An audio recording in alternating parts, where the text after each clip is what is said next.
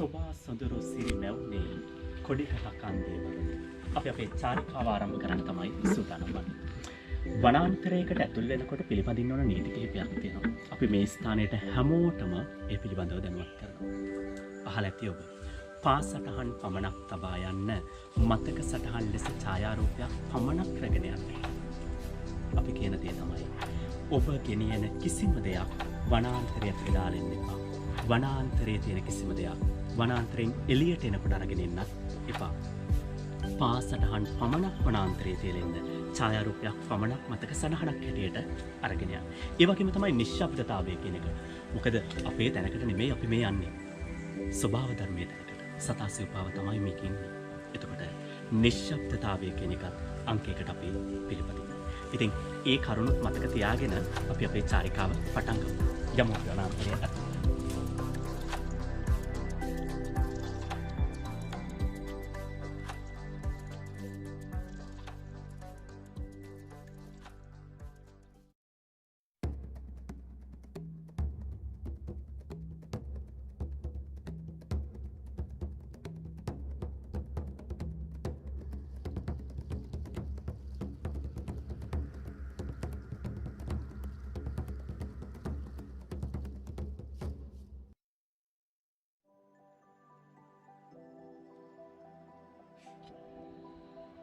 කොඩිගහ කන්ද මේ වන භූමිය අපි තවමත් ස්පර්ශ කළා පමණයි. අපේ චාරිකාව ආරම්භ කළා පමණයි. ඔබට පුංචි කුකුසක් ඇතේ ඇයි මේකට කොඩිගහ කන්ද කියලා කියන්නේ. කොඩිගහ කන්ද කියලා නම හැදුනේ කොහොමද කියලා. අපි ඒක දැන් කියන්නේ නැහැ. කොඩිගහ කන්ද අපේ කඳු මුදුනට ගියාට පස්සේ අපි ඒ පිළිබඳව ඔබත් එක්ක කතා කරන්න බලාපොරොත්තු වෙනවා. කොහොමද මේ කොඩිගහ කන්ද කියලා නම හැදුනේ කියලා. මේ වනාන්තරය ගත්තාම තෙත් කලාපීය ද්වේතීක පඳුරු වනාන්තරයක් තමයි මේ කොඩිගහ කන්ද ප්‍රජා සංරක්ෂිත අභය භූමිය. නැත්නම් මේ වනාන්තරය. වැඩමින් පවතින පඳුරු වනාන්තරයක්.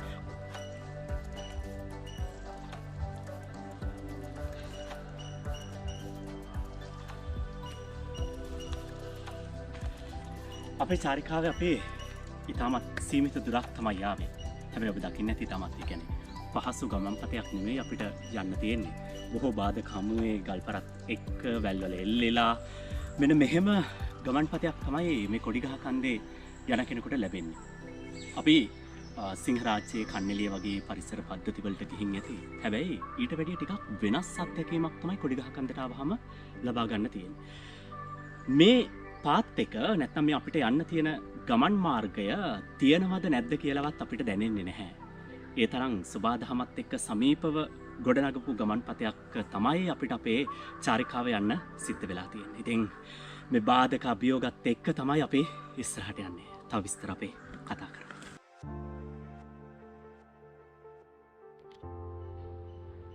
කොඩිගහ කන්ද අපේ ගමන් මාර්ගයේ තවත් සුවිශේෂී තැනකට තමයි අපි ඇවිල්ලා ඉන්නේ. මම ඉස්සෙල්ලා සඳහන් කළානේ කොඩිගහ කන්ද කියලා කියන්නේ තෙත් කලාපීය දේතීක පඳුරු වනාන්තරයක්. මේක වැඩමින් පවතින වනාන්තරයක්. මේ ස්ථානයත් ඉතාමත් සුවිශේෂී. මොකද කොඩිගහ කන්ද කියලා කියන්නේ ගල් පර්වතයක්, පර්වත කූටයක්. ගල්තරා වලින් තමයි මේක සම්පූර්ණයෙන් වට වෙලා තියෙන්නේ. මේ ස්ථානයත් එහෙම තැනක්. ඔබට පේන වැටි මේ ස්ථානයේ ගොඩ නැගිලා තියෙන මේ ශාක ප්‍රජාව මේ ගල්තලාවක් මත තමයි නිර්මාණය වෙලා තියෙන්නේ. ගල්තලාව මත Tamanට අවශ්‍ය කරන පස්තට්ටු නිර්මාණය කරමින් මේ වැල් ගොඩ නැගිලා තමන්ගේ පසු පෙළට ගොඩනැගෙන්න අවකාශය භූමිය සකස් කරමින් තමයි නිර්මාණය වෙලා තියෙන්නේ. මේ වැල් විශේෂයි. මේවට කියනවා ගැමියෝ මේවට දාලා තියෙන නම තමයි යොදලා තියෙන නම තමයි ඉත්තවැල් කියලාත් කියනවා, පනාවැල් කියලාත් කියනවා. හරි අපූර්ව සුවඳක් මේ ශාක පත්‍රවල තියෙනවා. මේකට නම හම්බ වෙන්නත් විශේෂ හේතුවක් තියෙනවා. මේ වැල්වල ගැටිත්තකින් පොඩි රිකිල්ලක් කඩාගත්තට පස්සේ අපිට බලා ගන්න පුළුවන් කූරු පනාවක හැඩයට ඉත්තෑවෙක්කේ කූරුවල හැඩයට තමයි ගැටිත්ත තියෙන්නේ. ඉතින් ගැමියෝ දැකපු මේ දර්ශනයට දන්න හුරුපුරුදු නම් දෙකක් දැම්ම ඉත්තවැල්, පනාවැල් කියලා. ඉතින් මේ ශාක මේ වනාන්තරය පුරාවටම අපිට හම්බ වෙනවා.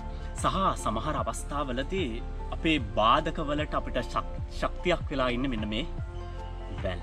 ඉතින් අපි ඉස්සරහට යමු. ගිහින් තව විස්තර කතා කරමු.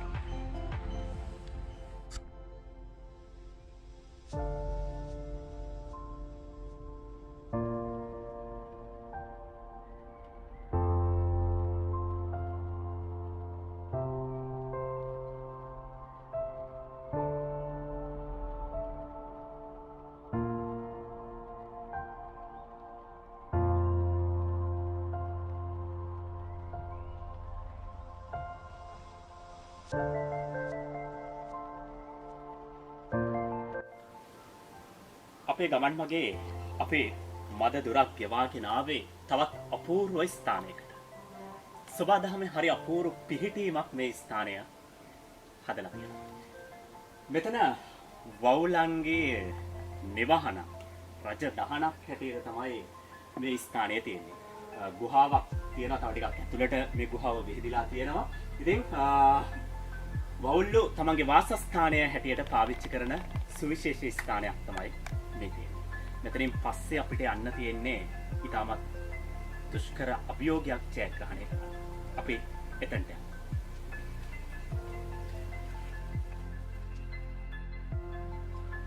අපි කියවනේ අපේ ගමන්පතය සබාදහමත් එක්ක සමීපව තියෙන ගමන් මාර්ගයක තමයි අපේ චාරිකාව වැළලා තියෙන්නේ. අපි ආපු තැනිතලා ප්‍රදේශයෙන් අපේ චාරිකාව මේ ස්ථානයෙන් අවසන් වෙනවා. මේ අපිට හම්බ වෙන ප්‍රථම බාධකය. දැන් අපිට සිද්ධ වෙලා තියෙනවා මේ බාධකය ජය අරගෙන අපේ ගමන ඉදිරියට ගෙනියන්න. ඉතින් අපි සූදානම් වෙනවා මේ බාධකය ජය ගන්න. අපිට ඉතින් ඒකට ශක්තියක් වෙලා තියෙනවා මෙන්න මේ වැල් වල සහයෝගයක් එක්ක තමයි මේ බාධකේ ජය ගන්න අපි සූදානම් වන්නේ. ඉතින් අපි මේ බාධකේ ජය අරගෙන අපේ ගමන අපි ඉස්සරහට යනවා.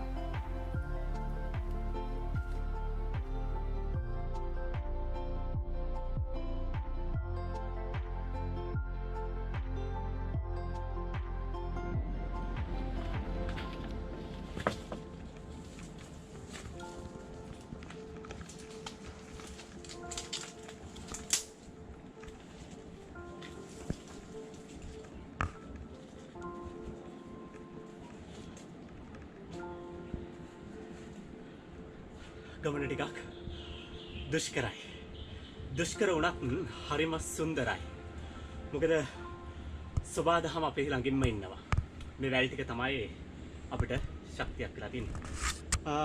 මෙතන ප්‍රපාතයක් තියෙන මේ ස්ථානයේ ඒ ඔක්කොමත් සිහියේ තබාගෙන තමයි අපිට මේ ගල් පර්වතය තරණය කරලා අපේ පළවෙනි බාධකය අපිට ජයග්‍රහණය කරන්න සිද්ධ වෙලා තියෙන්නේ. තව ඉස්සරහට යන්න තියෙනවා.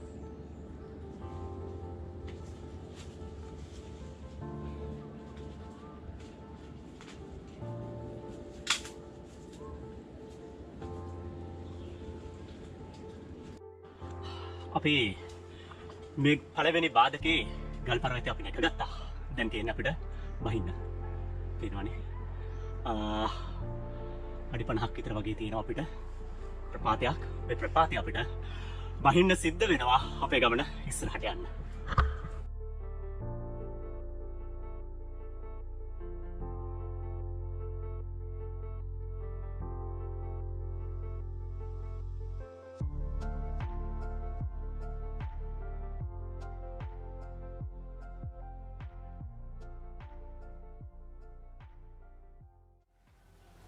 මේ සීත කුටිය තවත් සුවිශේෂී ස්ථානයක්.